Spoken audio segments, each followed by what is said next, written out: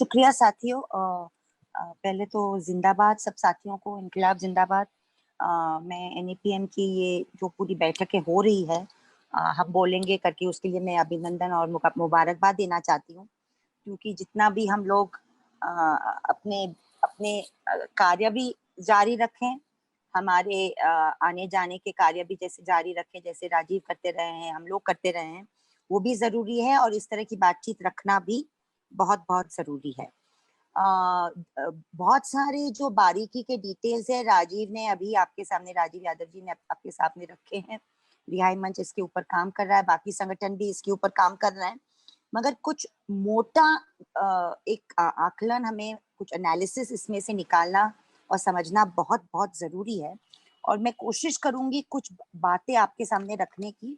Individual instances, एक एक जो इंस्टेंस हुए हैं 2017 के इलेक्शन के बाद के, वो मैं नहीं रखूंगी, मगर जो मोटी बातें हमें कुछ इसमें से समझ में आए और इसके ऊपर हम राजनीतिक और सामाजिक समझ, आर्थिक समझ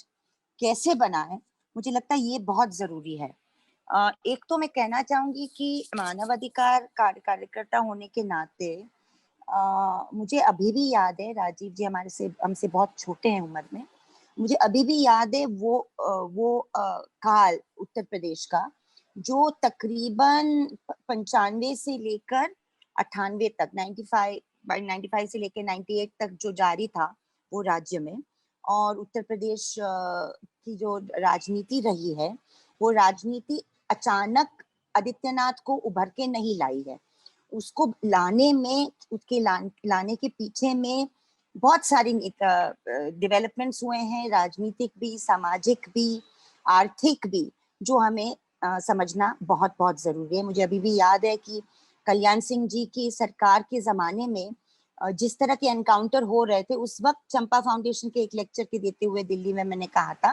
कि दलित मुसलमानों को ज्यादातर टारगेट बनाया जा रहा है, अगर हम शहरी बात कहें तो। मगर ग्रामीण इलाके में थोड़ा सा हम लोग, हमारी नजर अगर डाले आज भी, तो मैं एक और बात जोड़ना चाहूंगी, एक समुदाय की बात जोड़ना चाहूंगी, जो कभी कभी हमारे शहरी बातचीत से रह जाती है और बिछड़ जाती है। और वो बातें हमारे आदिवासी जनजातियों और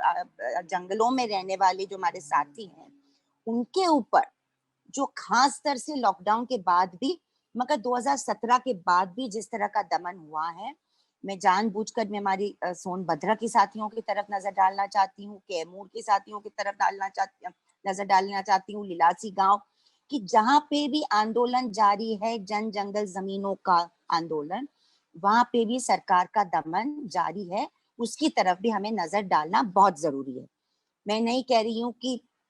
जिस तरह नफरत फैलाने का काम हमारे मुसलमान भाई बहनों के साथ खास तौर से ये एक तरह की मानसिकता कर रही, उसके ऊपर हम नजर न डालें, मगर अगर हम हर तबके को इसमें नहीं जोड़ेंगे हमारे समझ में, तो शायद हम वो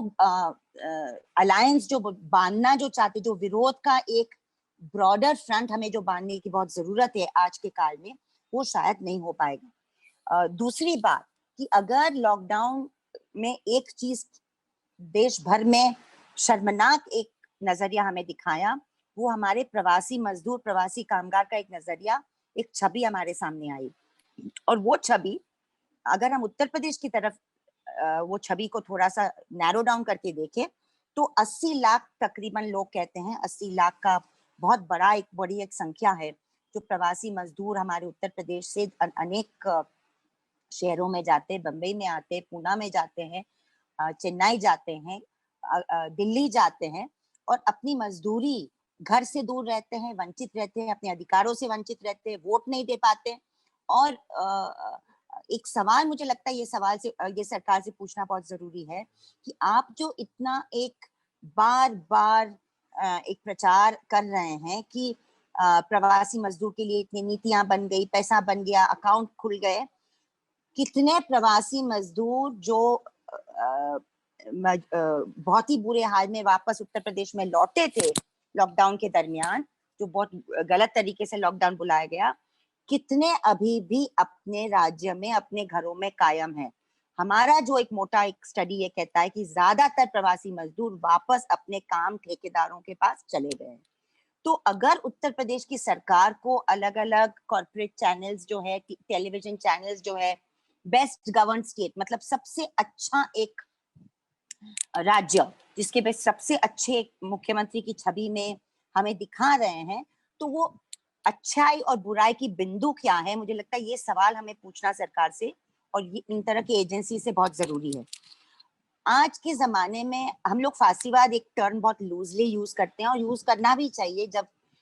एक तरह के हमारे समाज के अंदर लोगों को अ, नफ़रत के नज़रिए से एक निशान बना करके दुश्मन बना करके एक फासीवाद का एक ख़ास एक तरीका है। मगर मुझे लगता है जब तक हम ये नहीं समझेंगे कि ये कॉर्पोरेट फासीवाद की एक नीति जो चल रही है, क्योंकि पब्लिक रिसोर्सेज़ को छीनना, जो सामूहिक सार्वजनिक हमारे रिसोर्सेज़ है, चाहे वो नौकरियाँ हो, चाहे वो जंगल हो, ज़मीन हो, पेड़ हों, ये सब चीज़ों को कॉर्पोरेट हाथों में देना, जब तक हम ये दोनों चीज़ों को साथ में नहीं समझेंगे कि सामाजिक स्तर पे, राजनीतिक स्तर पे फासीवाद कैसे चलता है और आर्थिक तरीके से कॉर्पोरेट फासीवाद कैसा चलता है, मुझे लगता है कि राजनीतिक समझ बनाने में और ज़्यादातर आंदोलन को मजबूत करने में हमारी कमियाँ रहेगी। तो किसान इस वक़्त किसान के आंदोलन की मुद्दे क्या है और वो किसान के राष्ट्रीय आंदोलन में उत्तर प्रदेश को लेकर क्या-क्या बिंदु हैं, ये हमें समझना बहुत ज़रूरी है। हमारे मंडियों पर क्या असर पड़ रहा है? छोटे-छोटे मार्केट, बड़े-बड़े मार्केटों पे क्या असर पड़ रहा है? क्या पूरे किसान की खरीदी को कॉर्पोरेट घरानों की तरफ धकेलने का काम जो कर रहे केंद्र सरकार भी और उत्तर प्रदेश में राज्य सरकार भी, क्या उसकी तरफ हमें नजर नहीं उठानी चाहिए क्या? ये दूसरा सवाल। तीसरी बात,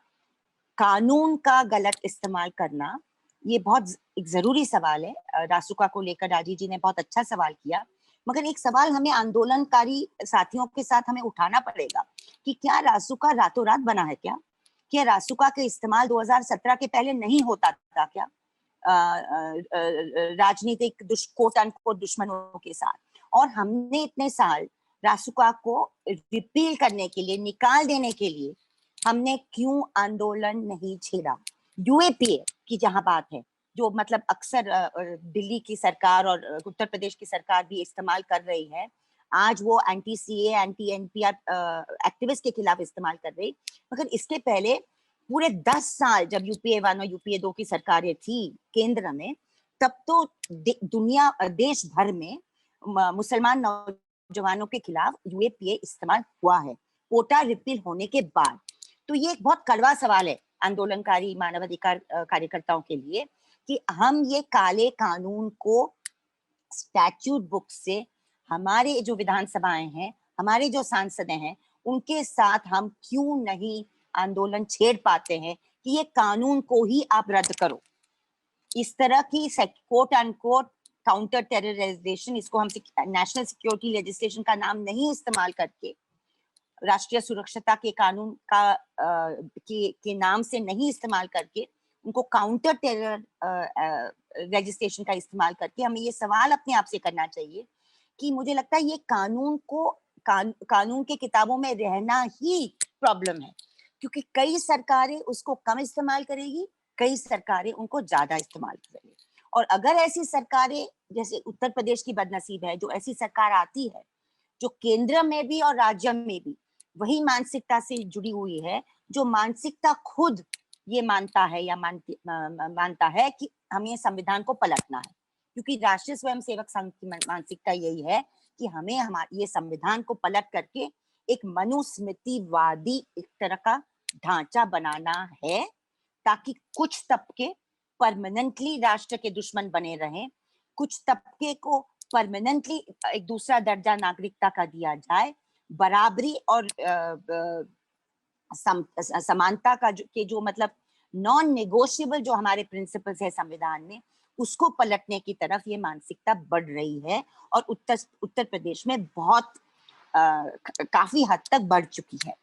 तो एक तरह तो काले कानून कौन से हैं उसको आइडेंटिफाई करना और वो काले कानून को हटाने का काम, वो काले कानून जो काउंटर टेररिजाशन का जैसे रासुका है, यूएपीए है, पीएसए है वगैरह, ये कानूनों के बारे में जानकारी लोगों को देना कि ये खतरे, ये कानून को काले कानून हम क्यों कहते हैं। दूसरी बात, कानून को ही इलीगल बनाने का काम, जिसके जैसे कि राजीव जी ने उदाहरण दिया कि एंटी सीए एंटी एनपीआर की एजिटेशन के बाद ऐसे कानून ला रही है उत्तर प्रदेश सरकार जिसको नेमिंग एंड शेमिंग, मतलब लोगों के नाम बिलबोर्ड पे लगाना, चाहे वो तारापुरी जी हो या सदफ जाफर हो, ताकि एक पूरा झुंड उनके खिलाफ एक नफरत की नजर करके उनको एक उनकी प्रॉपर्टी अटैच करना वगैरह, इस तरह के कानून लाने का काम जो उत्तर प्रदेश की सरकार कर रही है उसके ऊपर भी नजर डालना बहुत जरूरी है। हम जो 50 साल की ऊपर की उम्र के कार्यकर्ता है, मुझे लगता है कि नौजवान कार्यकर्ता को ये भी थोड़ा सा हमें एक दिशा देने का काम करना चाहिए कि जिस तरह 84, 85, 86 के बाद गुजरात राज्य को एक तरह का हिंदुत्व का मॉडल बनाने का काम आरएसएस वीएचपी बजरंग दल ने किया, उसके बाद उनको 2001-2002 के बाद पूरे कत्लेआम और जनसंहार के बाद उनको जो व्हाइट वॉश करने का काम करके एक गुजरात मॉडल जो देश और दुनिया को दिखाने का काम कॉर्पोरेट ताकतों ने उस वक्त के मुख्यमंत्री का साथ जो दिया, वो हमें समझना बहुत बारीकी से जरूरी है, क्योंकि यही रास्ता अभी उत्तर प्रदेश में अपनाया जा रहा है। यही रास्ता जो गुजरात में कई सालों से, दशकों से वहां पे अपनाया गया। और 2002 के जनसंहार के बाद जहाँ पे 1958 जाने गई, गोधरा कांड में 58 जाने गई, ट्रेन में जलाई गई, उसके बाद जो 14 जिलों में जनसंहार और मौत का नाच जो नचाया गया, उसमें 1958 जाने जो छीनी गई, पुलिस और प्रशासन और सरकार की पूरी सहमति के साथ, एक तरह से, क्योंकि उनको प्रोटेक्शन के नाम की जैसी चीज नहीं थी, वो जब एक कोट अनकोट एक कलंक लगा वो सरकार पे, तो आप जरा याद कीजिए, और वही रास्ता अभी उत्तर प्रदेश में अपनाया जा रहा है। आप याद कीजिए कि 2007 में, फिर 2008-9 में, 2012-13 में वहां पे आपके बड़े बड़े एक पूरा कॉर्पोरेट का एक मेला रचाया गया वाइब्रेंट गुजरात के नाम से। और वो वाइब्रेंट गुजरात के नाम से जब कॉर्पोरेट मेला रचाया गया, उसी मेले में पहली बार, चाहे वो मित्तल हो, टाटा हो, अंबानी हो या अडानी हो, उन्हें पहली बार ये कहा, उन्होंने ऐलान किया कि अगर देश के कोई प्रधानमंत्री बन सकते हैं, फ्यूचर प्रधानमंत्री, तो ये राज्य के मुख्यमंत्री हैं। तो आप याद रखिए, ये सबक हमारे लिए बहुत जरूरी है याद करना कि किस तरह राजनीतिक ताकतें और कॉर्पोरेट ताकतें साथ में मिलके एक तरह का समाज चाहती है जहां पे सवाल करना मना हो, जहां पे आंदोलन करना मना हो, जहां पे प्रोटेस्ट करना, संगठित होना, उसके ऊपर भी कानून बनाया जाए। क्योंकि याद कीजिए कि गए 7-8 महीने में उत्तर प्रदेश एक पहला राज्य था जिन्होंने लेबर का, मतलब अभी हाईकोर्ट ने उसके ऊपर स्टे दिया है, मगर उन्होंने कोशिश की कि कामगारों के मतलब 150 साल लड़ के जो कामगारों के अधिकार मिले हैं उनको खत्म करने का काम, पहला कदम उत्तर प्रदेश की सरकार ने उठाया, जब केंद्रीय सरकार ने सब राज्यों को एक इशारा दिया कि आप सब ये लेबर राइट्स को कमजोर करने का काम कीजिए। तो ये सब चीजों में बुनियादी स्तर पे एक कनेक्शन है, और ये कनेक्शन हम समझे कि सामूहिक रिसोर्सेज जो हमारे हैं, हमारे जो पब्लिक रिसोर्सेज है, चाहे वो रेलवेज हो, चाहे वो पब्लिक सेक्टर यूनिट हो, चाहे वो जंगल जमीन खनिज हो, उसको किस तरह हम प्राइवेट हैंड्स में हम लोग ट्रांसफर करें। और करने के लिए आंदोलन जरूर खड़े होंगे, क्योंकि रेलवे में काम करने वाले लोग कह रहे हैं अभी, रेलवे यूनियन वाले लोग की 10 लाख नौकरियां जाएंगी। मगर उनको संगठित होने के लिए अगर आपको द्वेष डालना है, नफरत डालना है, उनको अलग करना है, तो आप बस समाज के अंदर आप इस तरह का जहर आप फैला दीजिए, जैसे एनआरसी, एनपीआर, सीएए, ताकि समाज में भी एक उथल पुथल बनी रहे, एक तरह की समाज में एक नफरत की नजर से समाज की एक तबका दूसरे तरफ के तबके की तरफ देखता रहे। और इसीलिए मुझे लगता है कि हमें हमारे काम में बहुत सफाई भी रखनी पड़ेगी और नजरिया काफी बड़ा भी रखना पड़ेगा कि हम ये सब मुद्दों को समझते हुए हमारे कदम उठाएं। हमने 14 जुलाई को यहाँ के बहुत सारे साथी उस वेबिनार में थे। हमने 4-5 घंटे का एक वेबिनार लिया था सिर्फ उत्तर प्रदेश को लेकर, और उसमें बहुत सारी बातें निकल के आई थी। अरुंधति जी थे उसमें, संदीप जी थे उसमें, राजीव जी थे उसमें, मऊ से हमारे अरशद जमाल जी थे। बहुत सारी चीजें उसमें निकल के आई थी, डॉक्टर मुनीजा खान भी थी। और उसमें एक बुनियादी मतलब एक मैं आपको एक बता रही हूँ कि बुनकरों के साथ जो हो रहा है, बुनकर व्यवस्था के साथ जो हो रहा है, छोटे कारोबार के साथ जो हो रहा है, किसान नीतियों के साथ हो रहा है, और नफरत भरी राजनीति किस तरफ नफरत फैला करके संविधान की धज्जियां उड़ा रही है, ये सबको हमें साथ में समझ करके ये समझना पड़ेगा कि उत्तर प्रदेश को एक नया मॉडल हिंदुत्ववादी ताकतें बना रही है। गुजरात को बना चुके हैं, वहां पे एक कुछ चीज समाज के अंदर और वहां के प्रशासन के अंदर कुछ चीज बैठ गई है। आप तो लव जिहाद की बात कर रहे हैं, आप तो मतलब रोमियो स्क्वाड की बात कर रहे हैं, आपको पता भी नहीं है कि गुजरात में सन 2000 में मतलब 20 साल पहले वहां की पुलिस ने एक सेल का गठन किया था कि जो भी हिंदू मुसलमान शादी हो या जो भी अलग अलग मजहबों या जातियों की शादी हो, उनको इन्वेस्टिगेट किया जाएगा। सरासर गैर संवैधानिक। वहां पे बाबू बजरंगी का नाम आप शायद 2002 के जनसंहार के बाद ही जानते हैं, मगर यही बाबू बजरंगी उसके 20 साल पहले एक नवरत्न या नवसर्जन नहीं, नवसर्जन नहीं, नवरत्न ट्रस्ट चला रहे थे, जिसका एक ही काम था कि पटेल लड़कियों को गैर पटेल लड़कों के साथ अगर 18 साल से ऊपर भी है तो उनको बचा करके वापस किडनैप करके लाओ और वो शादियां को खत्म करो। ऐसे सैकड़ों केसेस आपके गुजरात हाईकोर्ट में पड़े हैं। तो ये जो सबक है हम लोग एक दूसरे को राज्यों से नहीं सीख पाते, जहाँ पे सांप्रदायिकता एक पूरे एक ऊंची तेजी पर पहुंच चुकी है, गुजरात में इंस्टीट्यूशनलाइज हो गई है। गुजरात मॉडल का मतलब आज वो चमकता हुआ विकास नहीं है, मगर गुजरात मॉडल का मतलब आज गैर बराबरी है, गैर समानता है, और एक तरह की क्रूर राजनीति का वो एक प्रतीक बन गया है। क्या उत्तर प्रदेश इसमें नंबर 2 बनने जा रहा है क्या? ये सवाल हमको करना चाहिए, क्योंकि कॉर्पोरेट फांसीवाद साथ साथ राजनीतिक फांसीवाद और सांप्रदायिक तेजी से सांप्रदायिकता वहां पे बढ़ रही है उत्तर प्रदेश में, और इसको हमें साथ साथ में जब हम समझेंगे तो शायद हम लोग अपनी मुहिमों को ज्यादा तेज कर पाएंगे। अघोषित आपातकाल, बार बार ये शब्द हमने 2014 के बाद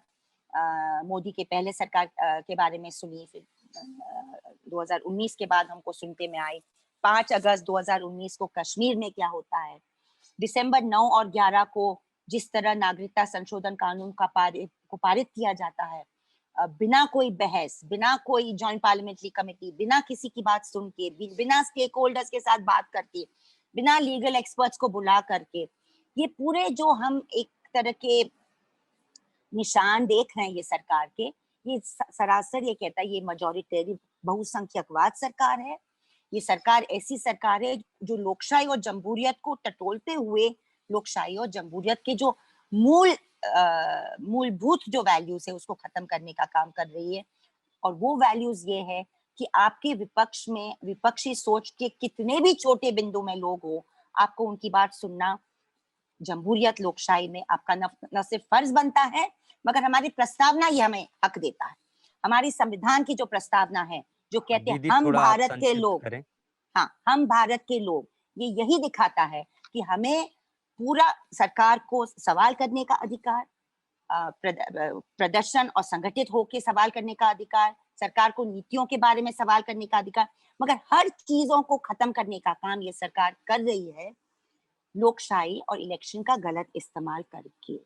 और कोई भी अगर उत्तर प्रदेश में या उत्तर प्रदेश के बाहर भी, जैसे प्रशांत कनौजिया की आपने बात देखी या किसी और की, सवाल उठाते हैं प्रशासन के बारे में, सरकार के बारे में, तो उनको सिर्फ धमकियां दे के जेल में डाल के इस तरह का कामें चल रही है। तो यही परिस्थिति में हम लोग संगठित कैसे होंगे, बातचीत जारी कैसे रखेंगे? और आखिरी मुझे 2 ही मिनट चाहिए, मुझे ये कहना है कि महिला और बहनों के साथ जिस तरह हिंसा उत्तर प्रदेश में बढ़ी है, खास तौर पे हमारे दलित महिलाओं के साथ, चाहे वो उन्नाव हो, चाहे वो हाथरस हो, या चाहे वो कितने भी कांड हो। ये न सिर्फ एक शर्मनाक चीज है, मगर ये एक नया एक हिंदुत्ववादी प्रशासन और राज्य का एक बिंदु बनता है, क्योंकि चित्रकूट में भी बच्चियों को मारा आपने, सोते सोते बच्चियों को, जो खेत में अपने बच्चियों पे मतलब सो रहे थे, उनको भी आपने खत्म कर दिया। तो ये जो एक तरह का दबंगी काम प्रशासन से रहते हुए, सरकार से रहते हुए हो रहा है, ये सिर्फ हमें यही दिखाता है कि ये प्रशासन और सरकार उत्तर प्रदेश में संविधान, कानून व्यवस्था और रूल ऑफ लॉ में नहीं मानती। और इसीलिए बहुत बड़ी चुनौती है हमारे लिए सवाल उठाना और काम करना, मगर करना ही पड़ेगा। हाथरस के कांड के लेकर मैं कहूंगी कि सुप्रीम कोर्ट में मामला चला गया, सुप्रीम कोर्ट की निगरानी में मामला चल रहा था, अभी हाई कोर्ट की निगरानी में चल रहा है। हमने हमारे संगठन सीजेपी ने वहां पे याचिका डाली है, सीआरपीएफ का प्रोटेक्शन मिल गया विक्टिम फैमिली को, मगर आज भी कुटुंब कह रहा है, खानदान कह रहा है कि सीबीआई जिस तरह मुझसे सवाल कर रही है, हमें ही आरोपी ठहराने का काम हो रहा है। तो इसीलिए बहुत बड़े खतरे हैं, मगर हमें थोड़ा इतिहास से भी कुछ सबक लेकर आगे बढ़ना पड़ेगा। उत्तर प्रदेश के बाहर से भी साथियों को ये सब चीजों पे आवाज उठाने का काम करना पड़ेगा, ताकि वहां पे जो दम के लड़ने वाले साथी हैं, उनको हम सबको मुबारकबाद देते हैं, उनको कुछ साथ मिले और उनको साथ लड़ने की हिम्मत मिले। बहुत बहुत शुक्रिया। जिंदाबाद। शुक्रिया तीस्ता बहन, आपने बहुत ही विस्तार के साथ पूरे इस पर्सपेक्टिव को बताया और हमें ये समझना ही चाहिए कि